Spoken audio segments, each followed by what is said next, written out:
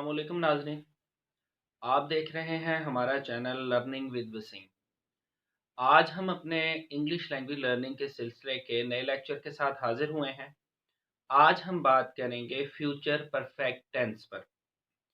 सबसे पहले हम बात कर लेते हैं कि फ्यूचर परफेक्ट टेंस का पता कैसे चलता है, ये कौन सा टेंस होता है।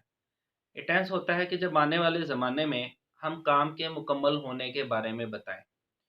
वैसे फ्यूचर परफेक्ट टेंस और फ्यूचर कॉन्टिन्यूअस सेंटेंस में हम वो जुमले भी इस्तेमाल कर देते हैं जो होते तो प्रेजेंट के हैं, लेकिन वो बाज़ दफ़ा गुमान के या मे बी की जगह पर भी आ जाते हैं।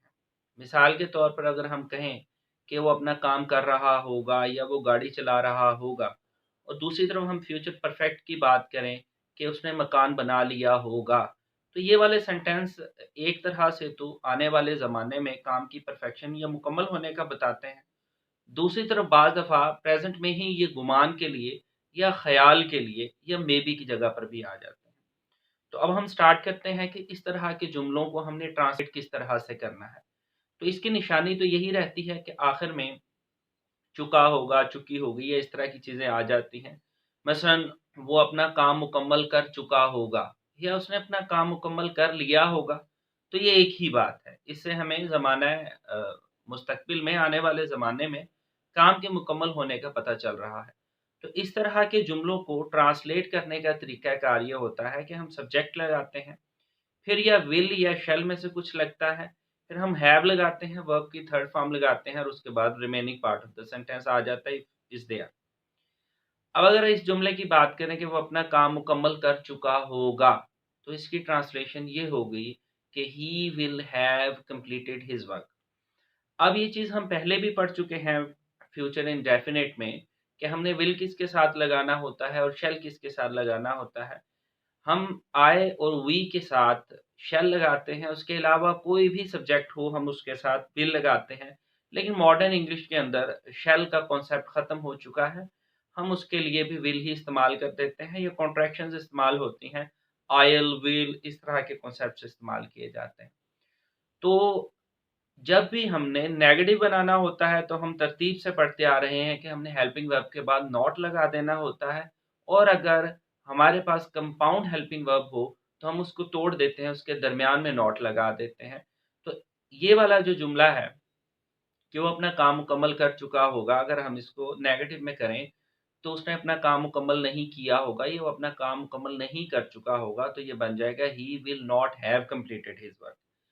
और अगर हम इसी जुमले का इंटरोगेटिव बनाने की कोशिश करें तो डब्ल्यूएच वर्ड और हेल्पिंग वर्ब स्टार्ट में आ जाएँगे, तो ये बन जाएगा will he have completed his work, क्या वो अपना काम मुकम्मल कर चुका होगा।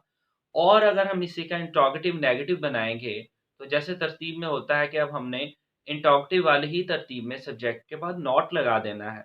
तो ये इस तरह से बनेगा कि will he not have completed his work या why will he not have completed his work.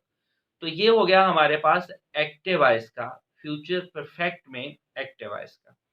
अच्छा, अब अगर हमने इसका पैसिव वॉइस बनाना हो तो जैसे हमने प्रेजेंट परफेक्ट का पैसिव बनाया था तो हैव बीन हैज बीन लिया था। हमने पास्ट परफेक्ट का जब पैसिव वॉइस बनाया था तो हैड बीन लिया था। इसी तरीके से जब हम फ्यूचर परफेक्ट का पैसिव बनाएँगे तो विल हैव बीन और शैल हैव बीन लेंगे।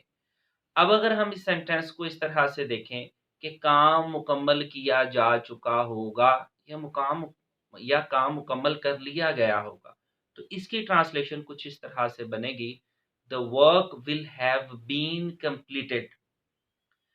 और इसका अगर हम नेगेटिव बनाएं, the work will not have been completed. और अगर इसी का हम इंट्रोगेटिव बनाएं तो हो जाएगा कि will the work have been completed. और अगर इसका हम इंट्रोगेटिव नेगेटिव बनाएं तो ये होगा will the work not have been completed.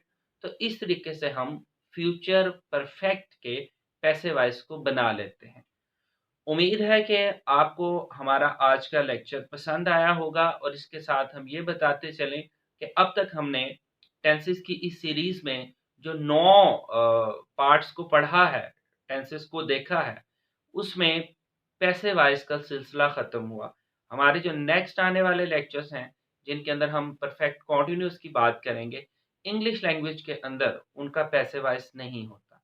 हमारे चैनल को सब्सक्राइब करना ना भूलिएगा, बेल आइकन पे प्रेस कर दीजिएगा ताकि हमारी आने वाली वीडियोज़ आपको बर वक़्त मिल सकें। बहुत शुक्रिया। अल्लाह हाफ़िज़।